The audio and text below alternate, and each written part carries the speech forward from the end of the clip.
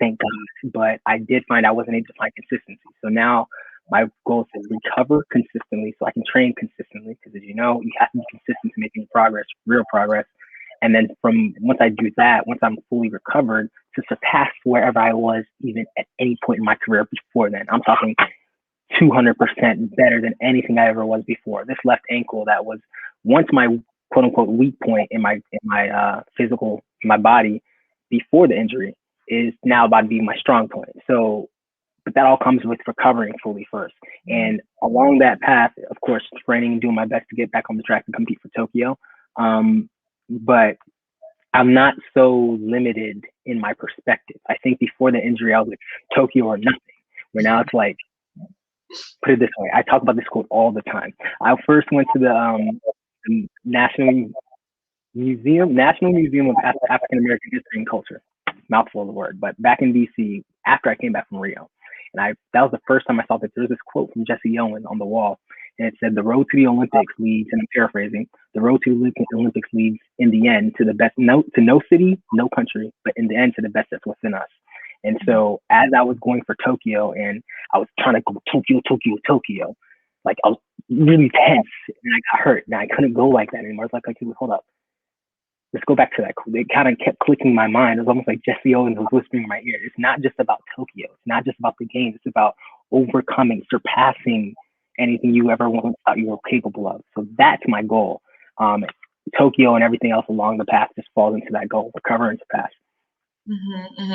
And I mean, that's a very powerful statement, right? And I think that that message gets lost a lot because as athletes, we're so focused on the end result that no one's thinking about what the end result actually is at all, right? And for many people, it's like, oh, I want to go to the Olympics, or I want to win a medal, I want to do this, I want to do that, and then you do that, and then what, right? And I think for me, what has really changed the way my relationship to the sport is really looking at everything as, so what?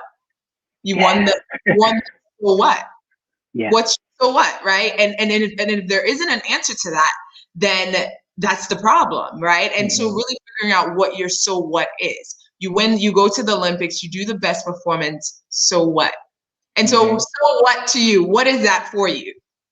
So for me, it's always been, well, not always been, especially been since coming back from Rio. I'm trying to tell you, when you go, I'm fortunate to say I've had the experience of becoming an Olympian and competing in the Olympic Games. So going to your point about being an athlete, we focus so hard on the outcome. As I mentioned earlier, Rio was all about the outcome for me. It was just, I had to make it to Rio, and I did it. But what I didn't do was even though I've always considered myself a human being that's also an athlete, I got so sucked up in the Rio dream that I forgot to plan after Rio. So I had the honeymoon phase, which lasted probably about a month, and I was like, okay. And I also lost my job because I was coaching at a Division I university. So it wasn't like I was doing some high school coaching. I was doing some top level, the NCAA Division I coaching, and to lose my job and not have the plan, I was like, whoa. And losing the job came as a part of, deciding to go with my career. So I have no hard feelings towards it, even though I did at the time. I say all that to say this. My so what is continuing. On the surface level, I've always been someone to give back. It's, even though I can be kind of stingy with, like, when it comes to physical things, if you ask my family or people close to me, but like when it comes to the game, like the psychological game, I'm always talking. I'm always giving that game to people. That's my entire mission. So it went from being very surface level, how do I give back? I want to keep giving back to the game, to now I'm making practical systems to do that, from, hosting conversations. And now, and one thing I wrote down in my, I'm always writing something. And I noticed that what I write tends to come to pass almost always. If I want it to happen, it will happen. One thing I wrote is back in 2016 is I want to mentor athletes.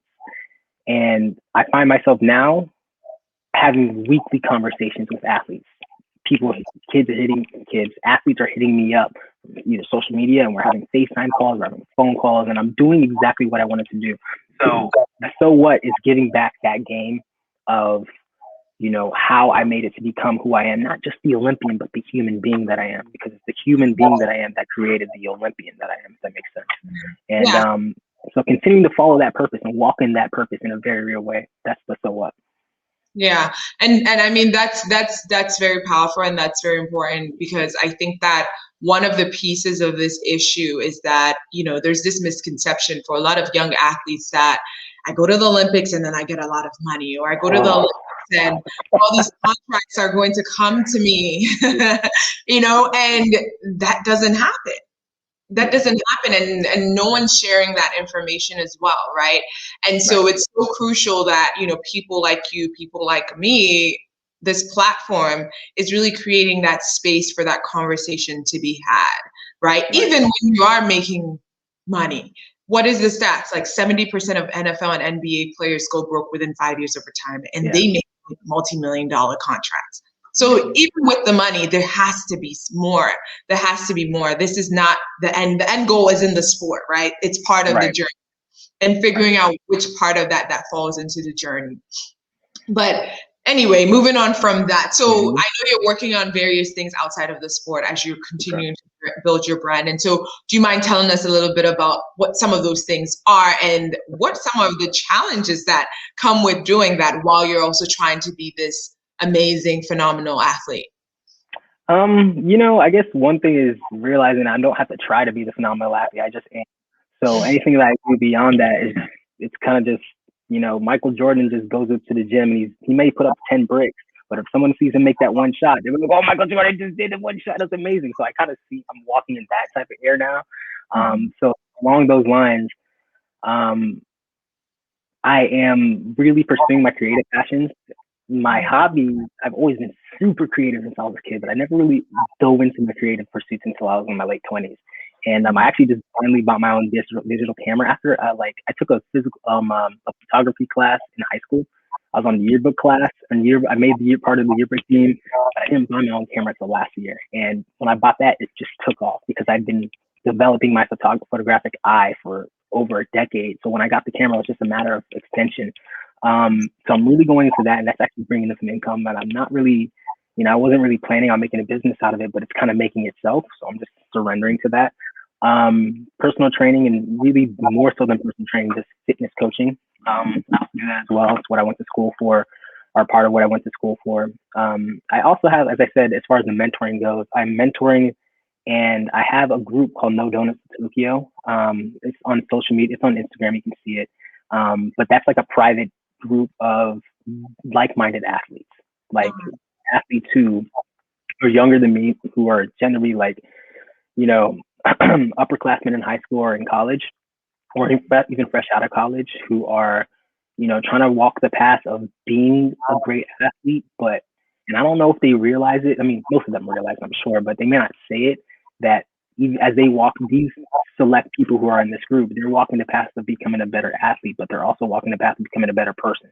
And that's why we all connect. So when I talk about giving back the game, I'm constantly sending them emails, having conversations with them, and there's no money being exchanged, but I feel richer than I've ever felt doing this. So yeah, man, that's that. And then there's also, like I said, there's some actual physical things that I'm creating right now that I've talked about for some time, but I think right now I'm kind of in the incubating period, that the next time the world hears about it, it'll be ready, and it's going to be, so I'm not leaving on a cliff.